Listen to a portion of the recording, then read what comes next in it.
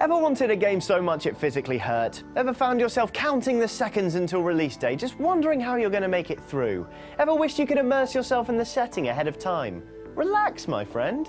You're playing the waiting game.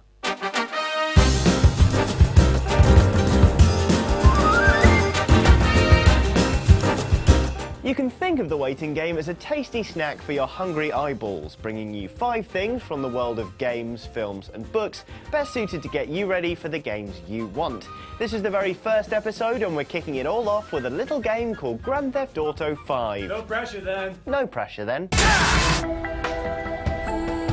Now, GTA is an interesting one to start with, as the series prides itself on basically being all things pop culture anyway. As such, if you're a cinephile, there's no shortage of films you could pick to get you in the mood to visit Los Santos. I'm Ron Howard.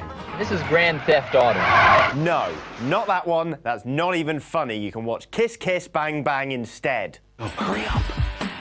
The 2005 film, a playful take on hard-boiled crime fiction, is an ideal way to get yourself used to the tone of Grand Theft Auto 5 and should whet your appetite for some farcical criminal activity.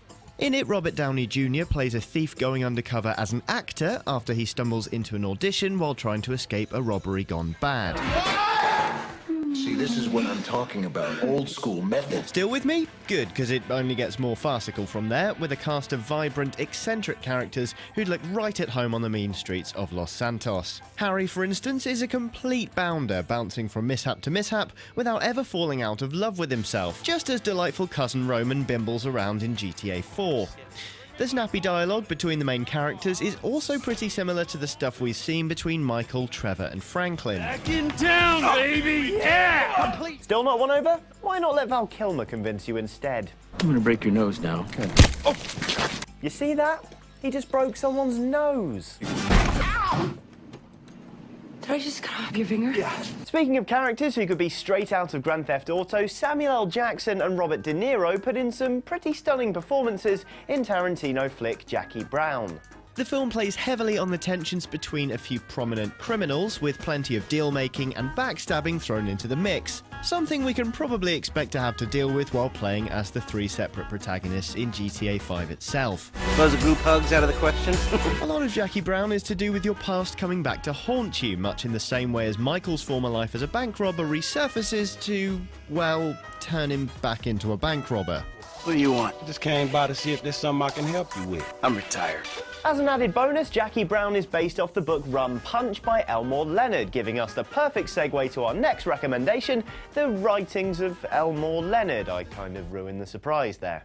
Elmore Leonard, who very sadly passed away recently, wrote an incredible 46 novels during his literary career, and even served in the US Navy during World War II. No big deal. While he dabbled in westerns, much of his career was dedicated to pulp and crime fiction. A lot of these books feature a multitude of dumb cops and robbers, with only an intrepid few smart enough to pull the wool over their eyes. These characters tend to form a group of elite criminals, much in the same way as the city in GTA is structured. You've got your protagonists, your major crime bosses, and people with shiny mission icons ready to give you work.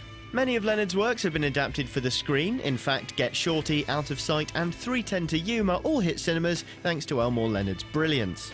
Get Shorty is one of his best-known books dealing with the seedy criminal underbelly of Los Angeles. Sound familiar? It should do, otherwise this is kind of a redundant exercise. Come here! Now, obviously, at the end of it, GTA 5 is a game, so it'd be kind of remiss of us not to mention at least one of those. With it being the 5th in the series, we could obviously recommend you play any of the previous Grand Theft Auto games in order to get you in the mood for the latest, but frankly, you're not stupid enough to have missed that, and I'm not that patronising. Just about. Get down! Instead, I'd like to point you in the direction of Payday 2, an excellent first-person heist game. The better you do, the more gear you get, and the more ways you can go about each heist. It's also online, which should help you learn to play nice around other criminals in the big bad city, just in time to lose yourself in GTA Online. And my final recommendation to get you in the mood for the bombastic, violent and 100% adult Grand Theft Auto 5 is children's stop-motion animation series Wallace and Gromit. No, really. Wow! Gromit! Wallace is a somewhat blundering but nonetheless brilliant inventor who is flanked constantly by his faithful dog Gromit. Sharing a love of tea, cheese, and technological improvements, they tend to get into rather a lot of scrapes. Now, what the hell has all this got to do with Grand Theft Auto, you may well ask? Well, it's all about the background. Oh, my bad, Mr. Gold Card.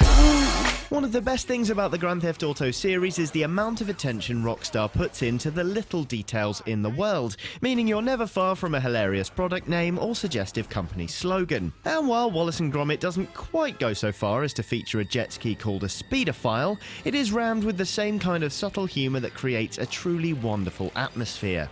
So, put your slippers on, make a cup of tea, and watch The Wrong Trousers. It's even about a jewel heist and will get you ready to start spotting all those things you could otherwise miss while playing Grand Theft Auto. Alright, that's it from me and from the very first episode of The Waiting Game. I hope you enjoyed it. I'll be back next week, but in the meantime, feel free to make your own recommendations by leaving a comment or tweeting with the hashtag GSWaitingGame. See you next week.